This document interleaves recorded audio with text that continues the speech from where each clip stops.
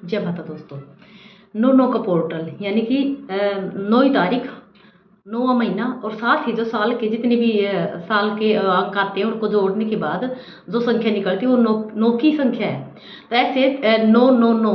3 बार 9 का अंक आना और साथ ही इस दिन मंगलवार को होना, यानी कि जो मंगलवार होता है वो भी 9 की तारीख को, यानी 9 के अंक का वार जो होता है जो मंगलवार ही होता है। और साथ ही जो इसके देव है वो भी हनुमान जी हैं और मंगलवार के दिन 9 के अंक के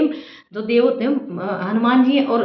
मंगलवार के दिन ये 9 तारीख पड़ रही है। तो आप सोचिए इस दिन अगर आप हनुमान जी के निमित्त कोई भी ऐसा कोई पूजा पाठ या फिर कोई भी दान कर्म कोई भी काम करते हैं इनके निमित्त, तो आप सोचिए कि आपको कितना अच्छा फल मिलेगा। जैसे कि आप पूरी साल आप पूजा करते हैं हनुमान जी की, लेकिन आप जैसे कि मैं यकीन से कहती हूँ कि अगर आप पूरी साल पूजा जो करते हैं, अगर आप इसी दिन एक दिन में आप पूरी साल की पूजा का फल पा सकते हैं। कैसे कि अगर आप इस दिन हनुमान जी को, जैसे 9 तारीख पड़ गई मंगलवार के दिन पड़ रही है, तो इस दिन आप अगर हनुमान जी के मंदिर में अगर आप 9 हनुमान चालीसा की किताबें का दान करते हैं, 9 हनुमान चालीसों की किताबों का दान, और साथ ही देसी घी के अंदर थोड़ा सा एक ही मुट्ठी लेके जाओ, आप थोड़ा सा ही लेके जाओ, लेकिन अगर आप गेहूं के आटे का थोड़ा घी मिला करके और गुड़ डाल करके अगर आप लड्डू बनाते हैं, एक लड्डू चढ़ा दो भगवान को। कि बोलते हैं भगवान तो श्रद्धा के भूखे होते हैं, भूख की भूख नहीं होती, इसलिए आप एक भी लड्डू चढ़ाते हैं वहां जा करके और दक्षिणा के साथ। और दक्षिणा में कोशिश करें कि 9 रुपए ही, यानी कि इस दिन आप विशेष ये ध्यान रखें कि जो भी आप कार्य कर रहे हो 9 का ही अंक का महत्व जरूर भी इसके अंदर दे। जैसे 9 आपने हनुमान चालीसा की किताबें वहाँ पे दान कर दी और 9 ही रुपए चढ़ाए हनुमान जी को। इसके साथ ही जो आप गेहूं और गुड़ का और घी का जो आप चूरमा चढ़ा रहे हो, तो चूरमे के अंदर भी जैसे कि जो गेहूं और घी होता है वो होता है सूर्य ग्रह को रिप्रेजेंट करता है और जो गुड़ होता है वो मंगल ग्रह को रिप्रेजेंट करता है। तो आप सोचो कि सूर्य और मंगल दोनों ग्रह मित्र ग्रह है, तो दोनों का मेल हो गया, तो सोचो कितनी बड़ी ताकत बन गई आपके लिए। इस दिन आप ये दान करते हो। साथ ही अगर आप वहां बैठ करके हनुमान जी के सामने मंदिर में कहीं भी किसी भी हनुमान जी का कहीं भी कोई भी हनुमान जी का मंदिर, और साथ ही अगर आप इस दिन कोशिश करें कि अगर दक्षिण मुखी हनुमान जी मिल जाए, पंचमुखी दक्षिण मुखी, इसकी तो कोई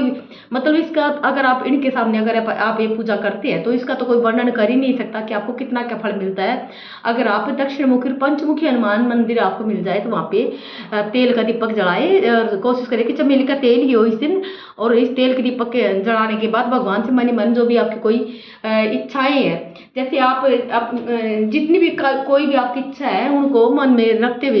वहां पर बैठ करके हनुमान जी के सामने और कम से कम भी 9 बार ही हनुमान चालीसा का पाठ करते हैं, और तो मान के चलिए कि जो आपकी इच्छाएं हैं इतनी जल्दी पूर्ण होंगी कि आप सोच भी नहीं सकते।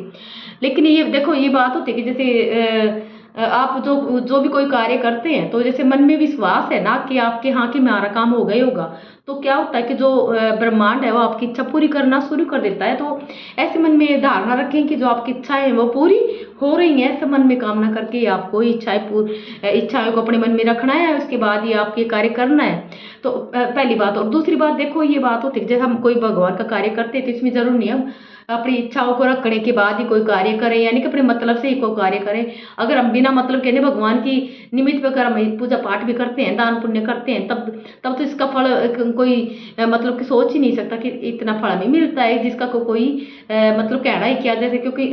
अनंत गुणा फल हमें मिलता है अगर हमें अपनी बिना कोई इच्छा के अगर कोई कार्य करते हैं। लेकिन फिर भी देखो हर इंसान की इच्छा होती है कि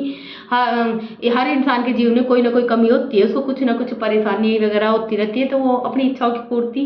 करना हर इंसान का अपना वो होता है कि तो जैसे आपकी भी कोई इच्छा हो तो इस दिन आप पूरी करने का, यानी कि ये सबसे बड़ा मैं मानती हूँ। इस दिन आपको मतलब इतने सकारात्मक परिणाम मिलते हैं इस दिन अगर आप कोई अपनी इच्छाओं को पूर्ति के तो अगर आप ये कार्य करते हैं कुछ भी नहीं जाता, कुछ भी नहीं। और साथ ही इसके साथ ही ये विशेष ध्यान रखें कि जो हनुमान मंदिर में कोई भी हनुमान मंदिर हो, चाहे दक्षिण मुखी हो चाहे पंचमुखी हो, फिर कोई सी भी हनुमान जी हो, तो अगर आप वहाँ पर जो मैंने बताया आपको 9 हनुमान चालीसा की किताबें, इसके साथ ही आप 9 माचिसों का भी दान करते हैं वहाँ पर मंदिर में 9 माचिसों का भी अगर आप एक मंदिर में दे सके तो बहुत अच्छी बात है। अगर एक में नहीं आपकी इच्छा नहीं है आप एक मंदिर में दान करने की, तो अब अलग अलग मंदिरों में, लेकिन दिन एक ही होना चाहिए, ये 9 तारीख का ही 9 सितंबर का ही, यानी कि इसी दिन आप 9 मंदिरों में भी आप ये दान कर सकते हैं एक एक करके। और एक ही मंदिर में एक साथ देना चाहिए तो ये भी दे सकते हैं, जैसे आपकी इच्छा से करें, लेकिन मन में इच्छा रखें कि हाँ भगवान ने आपकी इच्छा पूरी कर दी। ऐसे सकारात्मक विचार से अगर आप ये इच्छाएं रख के आप ये पूजा पाठ करते हो, बैठ करके भगवान से प्रार्थना करते हैं, और इसके साथ ही जैसे आप आपने जो प्रसाद चढ़ाया चूरमे का, तो कोशिश करें कि वहाँ पर भगवान को, जो हनुमान जी को भोग भी लगाए वहाँ पर बैठ करके। वो जो एक उपड़ा आता है, उपड़ा यानी कि कंडा, कंडे के टुकड़े के ऊपर अगर वहाँ भोग लगाते हैं हनुमान जी को, और साथ ही दक्षिणा जरूर भी चढ़ाए, और कोशिश करें कि अगर अपने सामर्थ्य अनुसार इस दिन आप हनुमान जी को चोला चढ़ाएं। उसका तो कहना ही क्या, क्योंकि जो चोला होता है हनुमान जी का पूर्ण पूर्ण वस्त्र, क्या मतलब कि चोले के अंदर ही भगवान चोला चढ़ाने से क्या होता है कि हनुमान जी को ज़्यादा मतलब जैसे आपने भोग लगा लिया, खुद ने खाना खाया, लेकिन जब आप वस्त्र ही नहीं पहने तो फिर क्या फायदा। फिर ऐसे हुए ना कि भाई वो वाली बात होगी कि नंगे खड़े हैं। तो अगर आप इस दिन चोला भी चढ़ाते हैं इसके साथ साथ, तो आपको जो फल मिलता है उसका तो मैं वर्णन कर ही नहीं सकती। जय माता दी।